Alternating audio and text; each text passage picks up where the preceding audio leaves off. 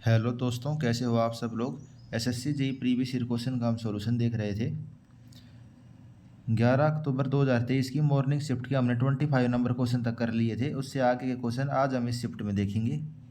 जो student video को पहली बार देख रहे हैं उनको मैं अपना इंट्रोडक्शन दे देता हूँ। एसएससी जेई 2023 में मेरी 8th रैंक थी और उसके अलावा एसएससी जेई 2022 में मेरा सिलेक्शन हो रखा है और गेट का स्कोर आप मेरा देख सकते हैं।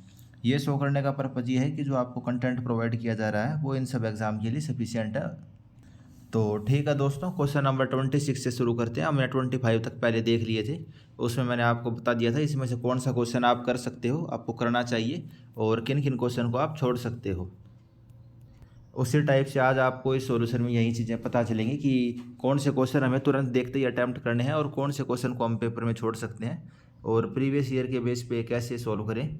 तो question number 26, which of the following is not a retarding admixture. तो रिटार्डर क्या होता है? जो इनिशियल सेटिंग टाइम को और फाइनल सेटिंग टाइम को इंक्रीज कर देता है। और एक होता है एक्सेलरेटर। एक्सेलरेटर क्या होता है? जो एक्सेलरेट कर देता है जो सेटिंग टाइम है। मान लो 30 मिनट में सेटिंग टाइम हो रहा हो तो वो 5 मिनट के अंदर लेके आ जाता है। और एक्सेलरेटर क्या होता है आपको अच्छे से पता है। एक्सेलरेटर का एग्जांपल है कैल्शियम क्लोराइड। और क्वेश्चन में हमसे उसने वही पूछा है कि कौन सा रिटार्डिंग एडमिक्सचर नहीं है, तो आपको अच्छे से पता है एक्सेलरेटर कैल्शियम क्लोराइड होता है। इस बेस पे आप इस क्वेश्चन को तुरंत 10 सेकंड में सॉल्व कर सकते थे। उसके अलावा जो रिटार्डर होता है, जो रिटार्ड करता है, वो होता है शुगर, कैल्शियम सल्फेट यानी कि ये जिप्सम ही है हमारा, और स्टार्च। ये तीनों चीज़ें इसको रिटार्डर का काम करती हैं सीमेंट को। रिटार्ड यानी कि slow down the process of जो सेटिंग का प्रोसेस है उसको। 27 number question, a rectangular channel 3 metre wide carry water at depth of 1.2 metre. तो कोई रेक्टेंगुलर चैनल है 3 मीटर जिसकी विड्थ है और 1.2 मीटर जिसकी हाइट है। Bed slope of the channel is 0.0025। Calculate the hydraulic radius of the channel. तो दोस्तों हाइड्रोलिक रेडियस आर किसके बराबर होता है? Wetted area divide by perimeter. और वैसे इस क्वेश्चन के बारे में मैं बता दूं, आपको चारों ऑप्शन देखने हैं, बिल्कुल पास पास में है। इतना एक्यूरेट आप सोल्व नहीं कर पाएंगे। इस क्वेश्चन को आप छोड़ सकते हो, बिना कैलकुलेटर के आप को नहीं करना चाहिए। लेकिन इसका हम सॉल्यूशन देख लेते हैं। एरिया कितना होगा? 3 × 1.2। और पेरीमीटर कितना होगा? पेरीमीटर हम कौन सा पेरीमीटर लेते हैं? हम पेरीमीटर लेते हैं जो ये वाला पेरीमीटर है। वेटेड पेरीमीटर का क्या मतलब है? अगर इसके अंदर पानी बहेगा तो जो इसकी दीवारें मैंने हाईलाइट करी है केवल वे गीली होंगी पानी की वजह से, तो वो होता है वेटेड पेरीमीटर। तो 1.2 की ये दीवार है, दो दीवार है 1.2 की, यानी कि 2.4 + 3। पेरीमीटर इसका कितना हो गया? वेटेड पेरीमीटर 3 + 2 5.4 और ऊपर आएगा 3 × 1.2।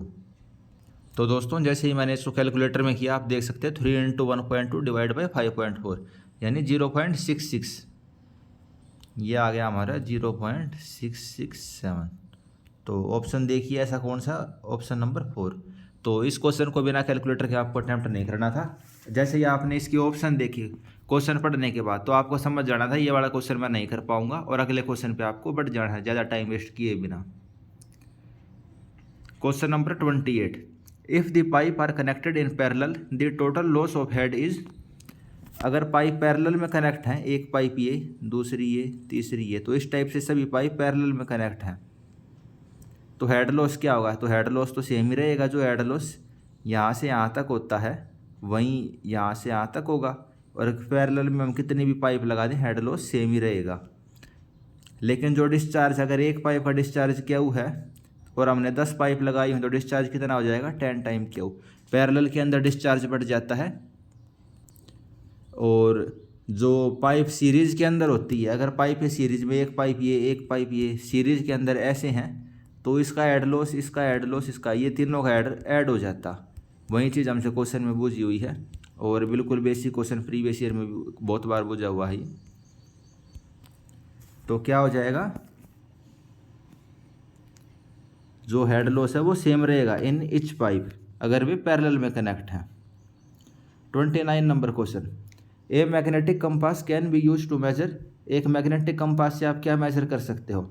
आप उससे मैग्नेटिक मेरिडियन भी और बियरिंग भी। क्योंकि क्वेश्चन में मैग्नेटिक दिया हुआ है, तो मैग्नेटिक कंपास क्या होगा, अपने आप को नॉर्थ साउथ डायरेक्शन में, जो मैग्नेटिक नॉर्थ है और मैग्नेटिक साउथ है उस डायरेक्शन में अपने आप को अलाइन कर लेगा। और जैसे हम उस कंपास को रोटेट करेंगे तो जिस भी डायरेक्शन में हम उसको रोटेट कर रहे हैं वो हमने उसकी बियरिंग नोट कर ली कि नॉर्थ डायरेक्शन से कितने एंगल पे वो हमने रोटेट किया उसको। तो मैग्नेटिक मेरिडियन भी और बियरिंग भी, ये दोनों चीज़ हम उससे कर सकते हैं, लेकिन आर्बिट्री बियरिंग नहीं आएगी। ठीक है, आप समझ पा गए होगे इसको। जैसे ये कंपास हमारा, जैसे ही हम इसको ऐसे रख दिया तो ये क्या मेजर कर लिया हमने, जिस साइड भी इसका तीर वाला निशान है ये क्या हो गई, मैग्नेटिक मेरिडियन। और जब हमने इसको किसी चीज़ को देखने के लिए घुमाया तो ये क्या मेजर कर लिया हमने, मैग्नेटिक बियरिंग। तो दोनों चीज़ हमसे मेजर कर रहे हैं। 30 number question, which of the following test apparatus is use to determine the initial setting time and final setting time. तो इनिशियल सेटिंग टाइम और फाइनल सेटिंग टाइम के लिए विकार्ट अपैरेटस का हम यूज़ करते हैं। आप दोस्तों सीमेंट का टेस्ट देख सकते हो, ये हमारा विकार्ट अपैरेटस होता है। एक 40 mm हाइट का मोल्ड होता है और 80 mm इसका डाया होता है। और जब हम इनिशियल सेटिंग टाइम के लिए टेस्ट करते हैं, 1 mm की स्क्वायर निडल यानी कि स्क्वायर शेप की 1 mm जो उसकी साइड होगी वो हम निडल यूज करते हैं। कंसिस्टेंसी टेस्ट करने के लिए 10 mm का डाया का ये प्लंजर यूज करते हैं। और फाइनल सेटिंग टाइम यूज करने के लिए 5 mm डाया का ये आपको दिख रहा है इसकी पिन सी, ये यूज करते हैं। इसके अंदर जो है बाहर निकला हुआ हिस्सा है 0.5 mm होता है। तो ये जो तीनों चीज़ मैंने बताई ना, बच्चों को इसमें कन्फ्यूजन रहता है और ये चीज़ें तीनों पेपर के अंदर आती हैं। इनिशियल सेटिंग टाइम में 1 mm की स्क्वायर शेप की निडल, सर्कुलर नहीं है ये स्क्वायर निडल है। फाइनल के लिए वो स्टैंडर्ड कंसिस्टेंसी के लिए 10 mm डाया का ये सर्कुलर है और फाइनल सेटिंग टाइम के लिए 5 mm डाया का, और इसके अंदर 0.5 mm बाहर निकला हुआ होगा। तो 30 नंबर क्वेश्चन भी आप इजीली कर सकते थे। 31 number question, which of the following option represent an incorrect relationship between the fundamental axis of the theodolite. तो थियोडोलाइट की जो फंडामेंटल एक्सिस है उनमें से कौन सी रॉन्ग दी हुई हमें क्वेश्चन के अंदर। तो ऑप्शन पढ़ते हैं, axis of the altitude level must be parallel to the line of collimation. तो जो अल्टीट्यूड लेवल होता है, अल्टीट्यूड लेवल कुछ ऐसा यहाँ रहता है साइड में, और लाइन ऑफ कोलिमेशन यानी कि हॉरिजॉन्टल लाइन, ये दोनों आपस में पैरेलल होनी चाहिए। बिल्कुल ठीक बात है, ये मैं डायग्राम के थ्रू आपको एक्सप्लेन करता हूँ। थियोडोलाइट देख लो भाई कैसा होता है, ये टेलीस्कोप जैसा कुछ होता है और इधर से लाइन ऑफ साइट आप देख सकते हैं। यहाँ हम अपनी आँख को लगाते हैं और उधर से हम किसी भी ऑब्जेक्ट को देखना होता है उसको देखते हैं। तो जो हमारी आँख होती है आई पीस, और जो ऑब्जेक्टिव होता है उससे पास होने वाली लाइन को कहेंगे हम लाइन ऑफ साइट। और ये लाइन ऑफ साइट जब बिल्कुल ओरिजोनटल होती है इसको कहेंगे हम लाइन ऑफ कोलिमेशन। एक ट्रांसवर्स एक्सिस होती है, ये देखिए ट्रांसवर्स एक्सिस, अगर ये कर्सर जहाँ मेरा घूम रहा आप देख पा रहे हो, ट्रांसवर्स एक्सिस ये क्या होती है, लाइन ऑफ साइट के परपेंडिकुलर होती है। इसको हम हॉरिजॉन्टल एक्सिस भी बोलते हैं। हॉरिजॉन्टल एक्सिस, ट्रांसवर्स एक्सिस, ये दोनों चीज़ें सेम होती हैं और ये लाइन ऑफ साइट के परपेंडिकुलर होती हैं इन हॉरिजॉन्टल प्लेन। और वर्टिकल एक्सिस भी आपको डायग्राम में दिख रही होगी, ये वर्टिकल एक्सिस है बिल्कुल, जो ऐसे जाने लग रही है इसके अंदर से।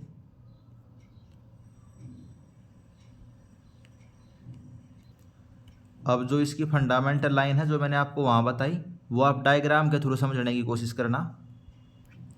जो लाइन ऑफ साइट होती है यानी कि लाइन ऑफ कोलिमेशन हो गई, उसके जस्ट साइड के अंदर एक लेवल ट्यूब होती है, यानी कि एक ऐसी ट्यूब होती है जिसके अंदर पानी वगैरह या अल्कोहल वगैरह भरी हुई होती है। और जब वो बिल्कुल सीधी हो जाएगी, बबल उसका सेंटर में आ जाएगा, तो इसका मतलब क्या है, लाइन ऑफ कोलिमेशन हमारी स्ट्रेट यानी कि ओरिजोनटल है बिल्कुल, और उसके अंदर कोई एरर वगैरह नहीं है।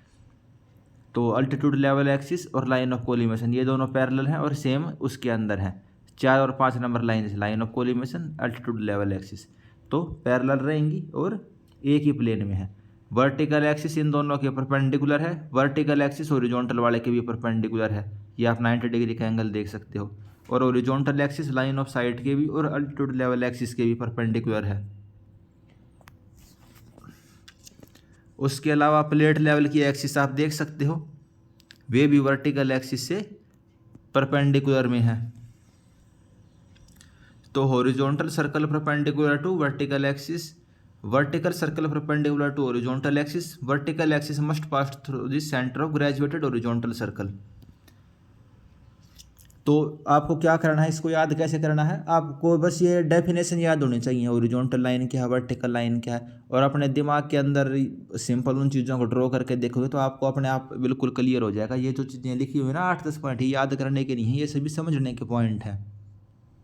जो थियोडोलाइट होता है उसका आप डायग्राम देख सकते हैं। जो अल्टीट्यूड बबल था वो ये वाला जो बबल है, अल्टीट्यूड बबल, ये हमारा जो टेलीस्कोप है उसके बिल्कुल साइड में है ना ये, और ये जो यहाँ पे टिक्की सी लगी हुई दिख रही है ये है प्लेट लेवल ये, और बाकी जो हॉरिजॉन्टल है और वर्टिकल एक्सिस में भी आपको समझ आई गई होंगी। तो पहला ऑप्शन तो बिल्कुल ठीक हो गया, जैसे मैंने आपको क्वेश्चन के अंदर बताया था। ये तो हमारा वो हो गया टेलीस्कोप, और यहाँ पे जो वो अल्टीट्यूड बबल है इसके अंदर बबल जब सेंटर पे होगा तो ये दोनों आपस में पैरेलल होंगी। Second statement, the axis of standing level must be perpendicular to the transit axis.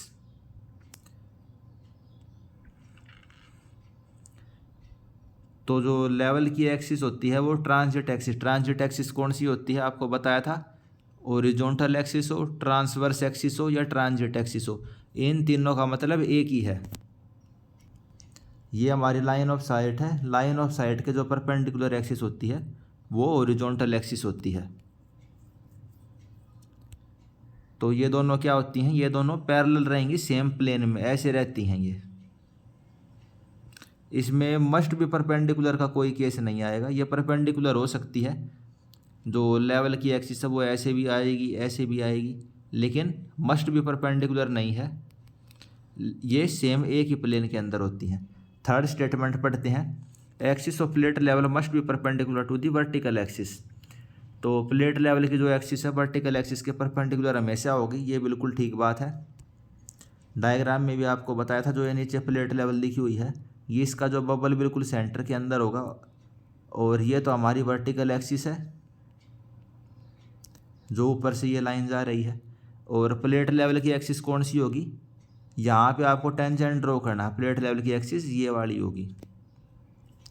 अब इसमें समझने वाली चीज़ बस यही है, वर्टिकल एक्सिस तो क्या है, एक लाइन है, वर्टिकल एक्सिस क्या है, एक लाइन है, लेकिन जो एक्सिस ऑफ प्लेट लेवल है ये एक लाइन नहीं है। इस चीज़ को आप समझने की कोशिश करना। जब आप इसको ऊपर से अपनी आँख को यहाँ पे लगा के आप देखने की कोशिश करोगे, इसको आप ऊपर से ऐसे नीचे देख रहे हो तो वर्टिकल एक्सिस आपको ऐसे बिल्कुल ज़मीन के अंदर जाती हुई ऐसे दिखेगी, लेकिन जो ये वाली लाइन है, ये वाली इस बबल के टेंजेंट, तो इस बबल के टेंजेंट ये वाली लाइन भी है, इस बबल के टेंजेंट ये भी, ये भी, ये भी, ये भी, तो ये ढेर सारी लाइन है, लेकिन ये सभी लाइन जो ऊपर से एक लाइन आ रही है उसके तो परपेंडिकुलर रहेगी हमेशा। तो वही चीज़ इसमें कही हुई है, बस इसको विजुअलाइजेशन करके आपको समझना है। और फोर्थ स्टेटमेंट भी ऐसे ही करेक्ट है, the trunnion axis must be perpendicular to line of sight. Trunnion axis यानी कि ये ट्रांजिट एक्सिस वाली। तो इसका आपको डायग्राम अच्छे से अपने माइंड में सभी लाइनें होनी चाहिए, डेफिनेशन पता होगी, आप लाइन अपने आप ड्रॉ कर लोगे। इजी क्वेश्चन नहीं था, कोई इसमें डिफिकल्ट चीज़ नहीं थी, जिसने समझ रखा होगा वो शो कर देगा। 32 number question, which of the following is not a type of municipal solid waste based on the source. तो म्युनिसिपल सॉलिड वेस्ट इनमें से कौन सा नहीं है सोर्स के हिसाब से। सोर्स यानी कि कहाँ से पैदा हो रहा है, घर से पैदा हो रहा है, फैक्ट्री से पैदा हो रहा है, हॉस्पिटल से आ रहा है वेस्ट कूड़ा कचरा, तो सोर्स के हिसाब से कौन सा वो सही क्लासिफिकेशन नहीं है। ट्रेड रिफ्यूज यानी कि ट्रेड यानी कि व्यापार वगैरह में जो कूड़ा कचरा पैदा होता है। हाउस यानी जो घर से पैदा होता है, स्ट्रीट यानी जो गली से पैदा होता है। तो और लेकिन फर्स्ट ऑप्शन भी इंडस्ट्री से निकलने वाला है, इंडस्ट्रियल रिफ्यूज। तो मेरे हिसाब से तो not a type of municipal solid waste based on source, तो इसका तो कोई ऑप्शन सही नहीं बन रहा, क्योंकि ये स्ट्रीट यानी कि गली से, हाउस यानी घर से, इंडस्ट्रियल यानी कि इंडस्ट्री से निकलने वाला। बाकी सेकंड ऑप्शन कुछ कुछ ठीक बनता है। ट्रेड का क्या मतलब हुआ, ट्रेड कोई जगह का नाम थोड़ी ना है, तो इसका मेरे हिसाब से तो करेक्ट आंसर सेकंड होना चाहिए। और आप भी इसका आंसर बता सकते हो, क्योंकि क्वेश्चन में तो यही कह रहा है सोर्स। सोर्स यानी कि कहाँ से आ रहा है कूड़ा। तो इंडस्ट्री से आएगा, घर से आएगा, गली से आएगा, हॉस्पिटल से आ सकता है, स्कूल से आ सकता है। तो ये सब इसके सही ऑप्शन है। लेकिन ट्रेड रिफ्यूज का क्या मतलब है? अगर ये कहता दुकान से आएगा तब तो फिर भी बात थी। ट्रेड का मतलब होता है व्यापार। तो सेकंड स्टेटमेंट इसका not a type of municipal solid waste source हो जाएगा। 33 number question, which of the following is manufactured from the particles of wood और other lignocellulose material which are agglomerate formed and pressed together using an organic binder particle in the presence of heat, pressure and moisture। तो would के जो छोटे छोटे particle हैं उनको एक साथ इकट्ठा रख के उनके बीच में जो सेलुलोस वगैरह की ऑर्गेनिक बाइंडर वगैरह की चीज़ों को डालकर मशीन से हम प्रेस कर देते हैं।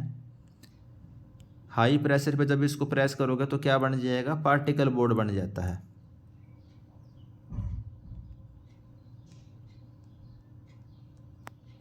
Four number option. क्वेश्चन ये आसान था अगर किसी ने पढ़ा हुआ हो, लेकिन जो इसके चारों ऑप्शन है वो लगभग एक जैसे ही लगते हैं अपने को, कि फाइबर बोर्ड भी वही चीज़ होती होगी, प्लाईवुड भी, ब्लॉक बोर्ड भी, पार्टिकल बोर्ड भी, लेकिन ऐसा नहीं है। तो इसको मैं डिफ़िकल्ट की कैटेगरी में लिख रहा हूँ कि आपको इस क्वेश्चन को करने में डिफ़िकल्टी होती। इनके बीच में डिफरेंस क्या होगा एक बार आप वो देख लो। जैसे पार्टिकल बोर्ड है, पार्टिकल बोर्ड में तो क्या होते हैं? वुड के फाइबर होते हैं, शेविंग होती हैं, चिप होता है, यानी वुड के छोटे छोटे टुकड़े होते हैं और उनको एडहेसिव यानी कि जो चिपकाने वाली चीज़ होती हैं, जैसे कि ऑर्गेनिक बाइंडर हमें क्वेश्चन में भी दिया हुआ है, और पार्टिकल ऑफ वुड और अदर सेलुलोज मटेरियल। तो फाइबर बोर्ड के अंदर तो वुड के टुकड़े होते हैं और उनको एडहेसिव के साथ हम चिपका के प्रेशर के थ्रू फॉर्म करते हैं। MDF हो गया, यह फाइबर बोर्ड। फाइबर बोर्ड क्या होता है? बहुत बारीक वुड के जो फाइबर होते हैं उनको हम ग्लू करते हैं प्रेशर के अंदर, एक्सट्रीम हाई प्रेशर में। फाइबर बोर्ड की क्वालिटी थोड़ी अच्छी रहेगी। प्लाईवुड क्या होता है? प्लाईवुड होती है विनीर। विनीर आपको पता है 4 से 6 mm की वुड की पतली पतली शीट होती हैं और उनको हम लैमिनेटेड कर देते हैं।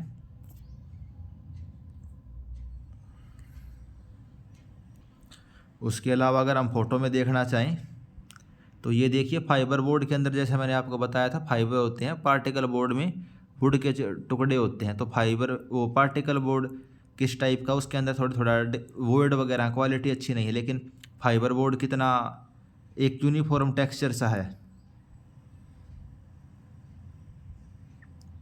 और प्लाईवुड तो आपने अपने घर में देखी भी होगी। प्लाईवुड तो दिखाने की आपको ज़रूरत है नहीं। थोड़ा कन्फ्यूजिंग क्वेश्चन था इसलिए मैं इसको अभी क्रॉस में लगा के चल रहा हूँ। 34 number question, which of the following method is most accurate for the determination of the water content of the cohesionless soil. तो कोएजनलेस सोयल जिसमें कोएजन नहीं है उसका वाटर कंटेंट निकालने का सबसे एक्यूरेट मेथड है ओवन ड्राइंग मेथड। तो ये चीज़ हम प्रीवियस ईयर में भी देखते हैं, कौन सा बेस्ट मेथड है वाटर कंटेंट के लिए? Oven drawing method. Oven dry में क्या होता है? पहले मिट्टी का हमने वैसे वजन कर लिया, फिर उसको ओवन के अंदर गर्म करके उसका पानी तो सारा एवोपरेट हो जाएगा, तब हमने उसका वेट कर लिया। तो oven drawing method most accurate method. अगर जल्दी करना हो तो जल्दी करने के लिए कैल्शियम कार्बाइड मेथड होता है। 35 number, select the correct statement regarding the first and second moment of area of a circular lamina with radius R. तो दोस्तों मोमेंट ऑफ एरिया का क्या फॉर्मूला होता है? जैसे कोई सर्कुलर लैमिना है और हम किसी सर्कुलर क्या कोई भी इसका एरिया का कोई हमारा लैमिना यानी कि शीट है, छोटा सा लैमिना का मतलब उसका एरिया है, वॉल्यूम नहीं है उसकी। इस चीज़ से समझिए आप, लैमिना वो चीज़ हो गई। इसका रेडियस आर है और किसी एक्स एक्सिस से हम इसका मोमेंट ऑफ एरिया निकाल लेंगे। फर्स्ट मोमेंट ऑफ एरिया क्या होगा इसका? फर्स्ट मोमेंट ऑफ एरिया, इसका जो एरिया होगा शीट का मल्टीप्लाई बाय जो इनके बीच का डिस्टेंस है डी इनटू डी। और सेकंड मोमेंट ऑफ इनर्शिया क्या होगा? मोमेंट ऑफ एरिया कह लो जो इस शीट का एरिया है इनटू डिस्टेंस का स्क्वायर। तो जो फर्स्ट मोमेंट ऑफ एरिया है, जो हमारी रेफरेंस एक्सिस है, हमने किस साइड से हम चूज कर रहे हैं इसको? तो उस हिसाब से ये जो डी है ये पॉजिटिव भी हो सकता है और नेगेटिव भी हो सकता है। तो इसको हम नेगेटिव भी लिख सकते हैं, पॉजिटिव भी लिख सकते हैं। लेकिन सेकंड मोमेंट के अंदर जो ये डी स्क्वायर आ गया ये हमेशा पॉजिटिव रहेगा, एरिया हमेशा पॉजिटिव रहेगा। तो सेकंड मोमेंट एरिया हमेशा पॉजिटिव रहेगा। वहीं आप ऑप्शन में देख सकते हैं, वहीं इन्होंने दिया हुआ है first moment of area is may be either negative और positive based on the chosen reference axis. भाई हम कौन सी एक्सिस के हिसाब से अपने रेफरेंस लेके निकाल रहे हैं, तो पॉजिटिव नेगेटिव हो सकता है, लेकिन सेकंड मोमेंट हमेशा पॉजिटिव रहेगा।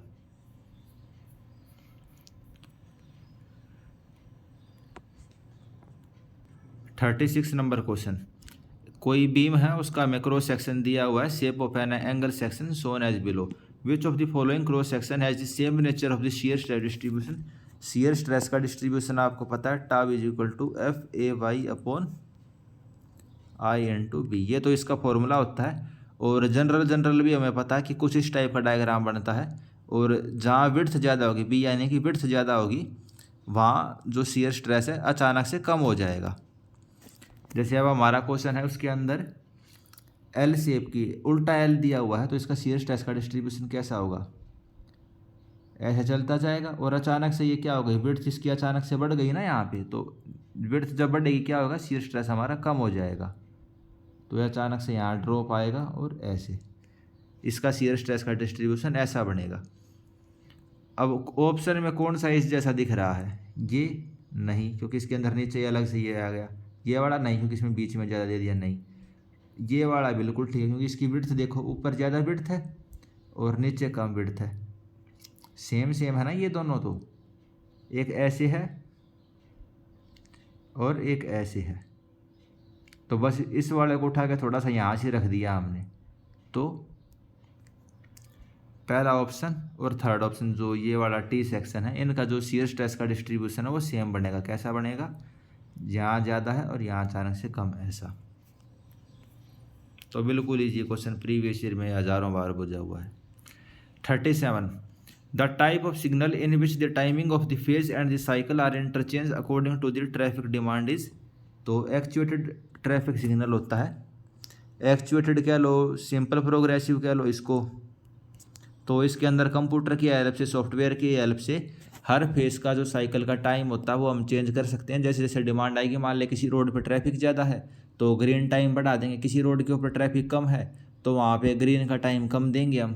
तो इस टाइप से एक्चुअल कंडीशन के हिसाब से एक्चुएटेड ट्रैफिक सिग्नल, इसको प्रोग्रेसिव भी कह सकते हैं, क्योंकि प्रोग्रेस हो रही है ना कंप्यूटर वगैरह की हेल्प से, हम स्पीड से चीज़ों को कंट्रोल कर रहे हैं। तो 37 easy question. 38 number question, consider the following distance. तो अलग अलग डिस्टेंस दिए हुए हैं भाई। Distance applied by the vehicle after applying the brake, distance travel by overtaking vehicle during reaction time, distance travel by overtaking vehicle during the total overtaking time, distance travel by overtaken vehicle during the total overtaking time. तो हमें ये अलग अलग type के distance दिए हुए हैं और हमें क्या बताना है, overtaking side distance, one way traffic है तो क्या होएगा,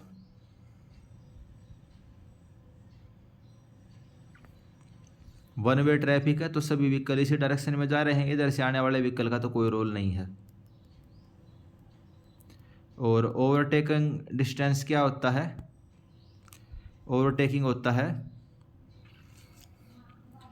ये वाला व्हीकल ओवरटेकन वाले व्हीकल के पीछे चलता चलता कुछ इधर आएगा, इसको ओवरटेक करेगा और फिर इधर वापस अपने लेन में वापस शिफ्ट हो जाएगा।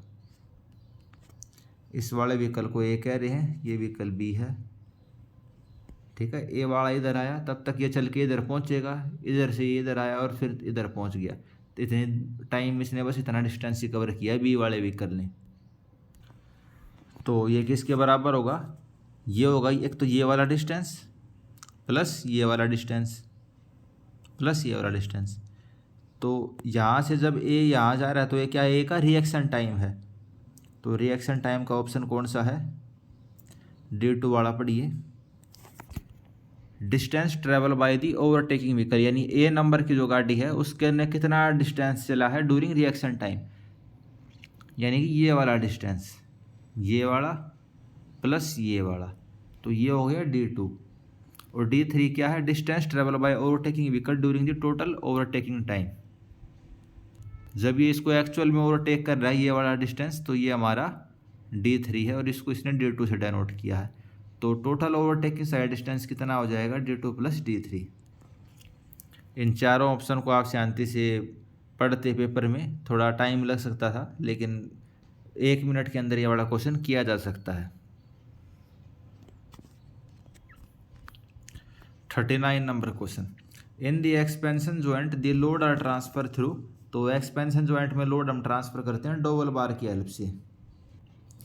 तो डबल बार की हेल्प से लोड को हम ट्रांसफ़र करते हैं। जैसे कोई रोड है आपका, रोड की एक स्लैब, दूसरी स्लैब, तीसरी स्लैब, चौथी स्लैब, तो जो ये वाले बार होते हैं ये होते हैं डबल बार।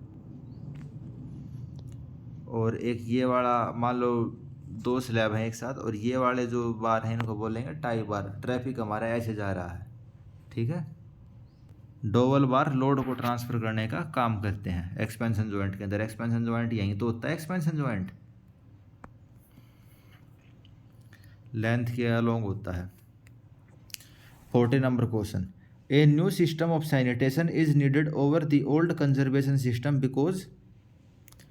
तो सैनिटेशन का जो नया सिस्टम आजकल हम यूज करते हैं, जैसे कि घरों में ये टॉयलेट बाथरूम वगैरह होते हैं, वाटर का सिस्टम है, सीवर में जो भी आपका वेस्ट वगैरह चला जाता है, तो न्यू सिस्टम ऑफ सैनिटेशन है। हम ओल्ड सिस्टम के ऊपर इसको प्रेफर क्यों करते हैं, क्योंकि जो पुराने वाला सिस्टम था वो क्या करता था, पोल्यूशन करता था वाटर सप्लाई की, लेकिन नए वाला सिस्टम पोल्यूशन को नहीं करता। क्यों नहीं करता, क्योंकि जो भी आपका वेस्ट प्रोडक्ट होता है टॉयलेट में और बाथरूम्स वगैरह में, तो वो सीवर की पाइप के थ्रू जो सीवरेज प्लांट में चला जाता है और वहाँ से ट्रीटेड होकर ही हम उसको आगे एनवायरनमेंट के अंदर छोड़ते हैं। तो जो पुराना सिस्टम था, लेकिन पुराने सिस्टम में क्या होता था, डायरेक्ट वो एनवायरनमेंट के अंदर जाता था वेस्ट वाटर, तो पुराना सिस्टम ख़राब था। जो न्यू सिस्टम है सैनिटेशन का वो अच्छा है, क्योंकि पुराने वाला सिटी की वाटर सप्लाई को पोल्यूट करता था। 4th option is correct. तो दोस्तों आज हमने 15 क्वेश्चन किए हैं।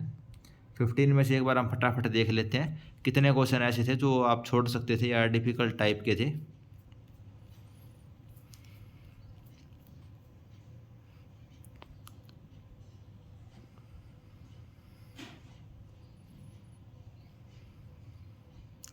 एक ये क्वेश्चन था 33 नंबर क्वेश्चन,